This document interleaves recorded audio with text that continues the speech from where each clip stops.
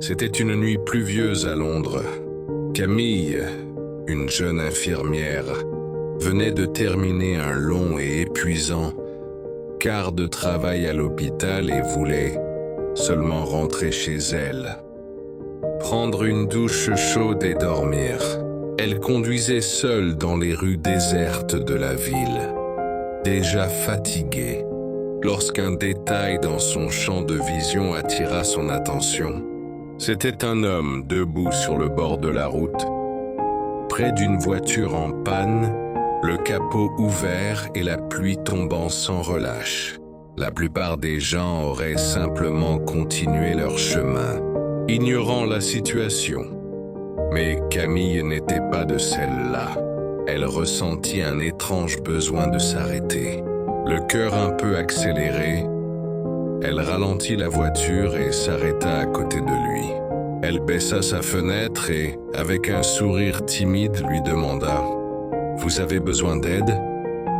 L'homme la regarda et, à sa grande surprise, lorsqu'il leva les yeux, Camille réalisa qui il était. N'Golo Kanté, le célèbre joueur de football, champion du monde avec la France. Elle n'en croyait pas ses yeux. Il était vraiment là, devant elle, au milieu de la rue, sous la pluie, l'homme le plus humble du football. Avec sa simplicité éternelle, là, en ce moment précis, avait besoin d'aide. « Oui, ma voiture est tombée en panne », dit-il avec un sourire gentil, comme si rien d'extraordinaire ne se passait. Camille resta figée une seconde, essayant de comprendre la situation. Elle savait qu'elle devait l'aider, mais elle n'imaginait pas que cela se ferait ainsi. Elle l'invita à monter dans sa voiture, et il accepta, remerciant d'un léger signe de tête. Pendant le trajet, le silence dans la voiture fut seulement brisé par le bruit de la pluie frappant les vitres. Ils échangèrent quelques mots, et Camille fut impressionnée par son humilité et sa bonté. C'était difficile à croire. Il était l'une des plus grandes stars du sport mondial. Il parlait avec une calme et une naturelle qui la mirent à l'aise, comme si elle était avec un vieil ami. Mais alors, quelque chose se produisit, alors qu'ils étaient presque arrivés à destination. Un SUV apparut soudainement, roulant à toute vitesse. Le véhicule fit une manœuvre brusque et, avant que Camille puisse réagir, le SUV heurta violemment le côté de sa voiture. Ce fut un choc violent, mais par un miracle, la voiture de Camille ne se renversa pas. L'impact eut lieu juste à l'endroit où Kanté était assis. Un endroit où il venait de quitter quelques secondes plus tôt. Camille resta paralysée. Ce qu'elle venait de vivre semblait un cauchemar. Le joueur qu'elle admirait tant, la personne qu'elle avait aidé à se protéger de la pluie, était sur le point d'être blessé, peut-être gravement, mais pour une raison étrange, il avait quitté cet endroit à temps. S'il était resté là, l'impact aurait pu être fatal. Après l'accident, avec le cœur battant fort, Camille s'excusa, tentant de comprendre comment tout cela avait pu se produire si vite. Kanté cependant resta calme, presque serein. Il la remercia profondément pour s'être arrêté, pour s'être soucié de lui. « Camille, » dit-il avec un sourire doux, « je suis heureux d'être ici. Vous m'avez sauvé la vie ce soir. » Le lendemain matin, alors que Camille était encore en train de digérer ce qui s'était passé, son téléphone sonna. C'était un numéro inconnu, et lorsqu'elle répondit, une voix familière se fit entendre. « Bonjour, c'est N'Golo Kanté. Je voulais vous remercier encore une fois pour hier soir. J'aimerais vraiment vous rencontrer. » Elle n'en croyait pas ses oreilles. N'Golo Kanté, l'homme qu'elle venait d'aider, voulait la voir. Et non seulement cela, il voulait exprimer sa gratitude d'une manière qu'elle n'aurait jamais imaginée. Il l'invitait à dîner dans un hôtel de luxe. Et là, dans un cadre plus qu'inattendu, il lui remit une lettre. À l'intérieur de la lettre se trouvait un chèque. Une somme qu'elle n'aurait jamais imaginé recevoir.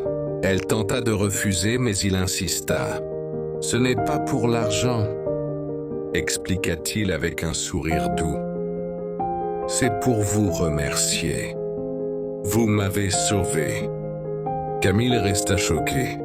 Elle n'aurait jamais imaginé que ce simple geste d'arrêter pour aider un homme sous la pluie, dans la rue, changerait sa vie de manière aussi significative. Mais au-delà du chèque, ce qui la toucha le plus, c'était la sincérité avec laquelle Kanté l'avait traité. Il n'était pas seulement un grand joueur, il était un homme au cœur pur, quelqu'un qui, dans un moment de vulnérabilité, avait eu l'humilité d'accepter de l'aide. À partir de ce jour, Camille n'a pas seulement gagné la gratitude d'une légende du football, elle a pris une leçon précieuse. Les moments les plus simples peuvent avoir les plus grands impacts dans nos vies. Parfois, tout ce que nous devons faire, c'est nous arrêter, regarder autour de nous et aider. Le lendemain matin, Camille se leva tôt, le cœur encore lourd des événements de la veille. Son esprit est en ébullition, oscillant entre l'incrédulité et l'émerveillement. Comment une nuit aussi ordinaire, sous la pluie, pouvait-elle mener à un enchaînement d'événements si bouleversants? Alors qu'elle prépare son café, le téléphone vibre sur la table, interrompant ses pensées. C'est un message de N'Golo Kanté.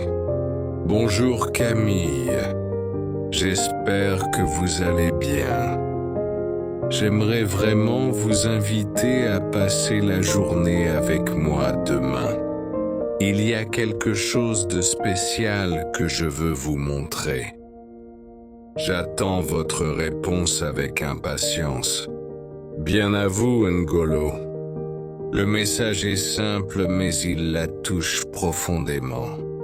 Camille se sent comme une petite étoile dans l'univers d'un homme de grande renommée, un homme qu'elle n'aurait jamais imaginé rencontrer dans de telles circonstances. Elle répond rapidement, bien que ses mains tremblent légèrement. « Bonjour N'Golo, merci pour votre message. C'est une invitation que je n'aurais jamais imaginée. Mais je serais honoré de passer du temps avec vous demain. » À demain alors, Camille. Le jour suivant arrive avec la même intensité que la nuit précédente. Camille se prépare soigneusement, hésitant entre des tenues trop formelles et des options plus décontractées. Finalement, elle choisit quelque chose de simple mais élégant. Elle ne sait pas exactement ce qui l'attend, mais l'excitation la pousse à sortir de chez elle avec un sourire timide. Arrivée à l'hôtel où N'Golo lui avait donné rendez-vous, elle est accueillie par un employé qui la conduit à une salle privée. La pièce est grande, baignée par la lumière douce du matin, et tout semble irréel. Au centre, une table ronde est disposée, surmontée de fleurs fraîches et d'une vue imprenable sur la ville. Il y a une touche de luxe, mais aussi une sensation de calme et de simplicité, comme si tout avait été arrangé pour la rendre à l'aise. N'Golo arrive quelques minutes plus tard, vêtu d'une chemise décontractée et d'un pantalon en lin. Son visage est détendu, avec ce sourire sincère qui l'a toujours caractérisé. « Bonjour Camille, je suis ravi que vous soyez venue. J'espère que vous avez passé une bonne nuit après tout ce qui s'est passé hier. » Elle lui sourit, un peu nerveuse, et répond « Je ne sais pas si c'est encore la réalité ou un rêve, mais je suis heureuse d'être ici. » Ils s'assoient ensemble et commencent à discuter. N'Golo lui parle de sa carrière, de ses voyages et de ses passions, mais surtout de ses valeurs profondes. Ce qui me touche le plus dans la vie, ce sont les moments simples. Vous voyez, on peut être un champion, mais ce qui compte vraiment, c'est de rester humain, de se rappeler pourquoi on fait ce qu'on fait. Les paroles de N'Golo résonnent profondément en Camille. Elle le regarde, fascinée par son humilité. Après quelques minutes de conversation, il se lève et lui fait signe de le suivre. « Je vous ai réservé une petite surprise. Venez, suivez-moi. » Ils sortent de la salle et prennent l'ascenseur jusqu'au toit de l'hôtel. Là, une scène qui ressemble à un tableau prend forme devant leurs yeux. Un petit parc secret, suspendu au-dessus de la ville, entouré de verdure, avec des bancs en bois et une fontaine au centre. Le bruit de l'eau apporte une tranquillité immédiate et tout semble en harmonie. C'est un endroit que N'Golo vient souvent, loin des paparazzis et des regards curieux. Cet endroit, dit-il en regardant autour de lui, c'est mon havre de paix. C'est ici que je viens quand le monde devient trop bruyant. Et aujourd'hui, je veux partager cet endroit avec vous. Camille est émue par l'intimité de ce geste. Elle n'a jamais imaginé vivre une telle expérience.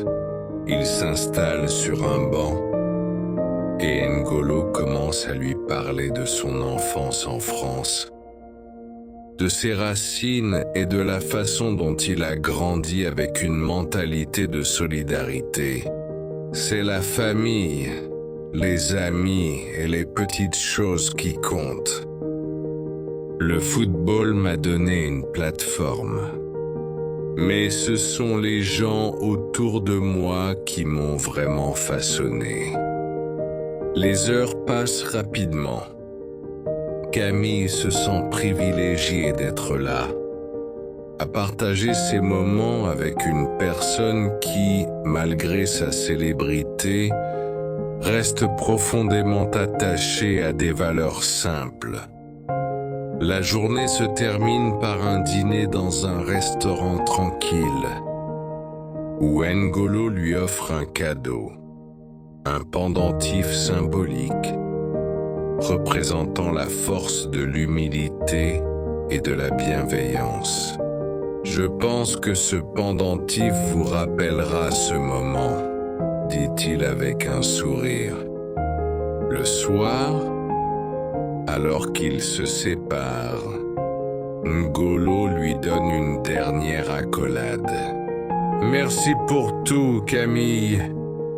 Vous m'avez rappelé que parfois, les petites choses sont les plus importantes. » Camille rentre chez elle, le cœur léger mais aussi rempli d'une gratitude immense. Ce qu'elle a vécu cette journée-là n'était pas simplement une rencontre avec une célébrité, mais une rencontre avec un homme exceptionnel qui lui a montré que l'humilité, la gentillesse et la simplicité sont les vraies grandes qualités que l'on doit cultiver dans la vie. Et à partir de ce jour-là, Camille comprit que ce n'était pas les événements extraordinaires qui la marqueraient, mais plutôt la façon dont on se connecte aux autres, même dans les moments les plus inattendus. Le monde était vaste, mais les gestes sincères étaient ce qui rendait chaque instant précieux. Quelques mois passèrent et Camille continuait de mener sa vie avec une nouvelle perspective. Un soir, alors qu'elle rentrait chez elle, elle aperçut N'Golo Kanté sur le trottoir. Il était entouré de jeunes admirateurs, mais dès qu'il la vit, il s'excusa et s'approcha d'elle avec un sourire. « Camille, comment allez-vous? Toujours aussi occupée à sauver des vies ?» lui demanda-t-il. Elle sourit. « Oui, mais j'ai appris à apprécier les petites choses, comme vous me l'avez montré. » N'Golo hocha la tête. C'est essentiel. Les petites choses font toute la différence. Un mois plus tard, Camille fut invitée à un événement de charité organisé par N'Golo. Elle partagea son histoire devant le public, expliquant comment une rencontre inattendue avait changé sa vision de la vie. Elle expliqua que, grâce à N'Golo, elle avait appris à apprécier la simplicité et l'importance d'aider les autres. Les plus grandes leçons viennent souvent des moments les plus simples, conclut-elle. Camille comprit que cette rencontre sous la pluie l'avait transformée. Elle avait appris qu'il suffisait parfois d'une petite action pour changer une vie, même la sienne.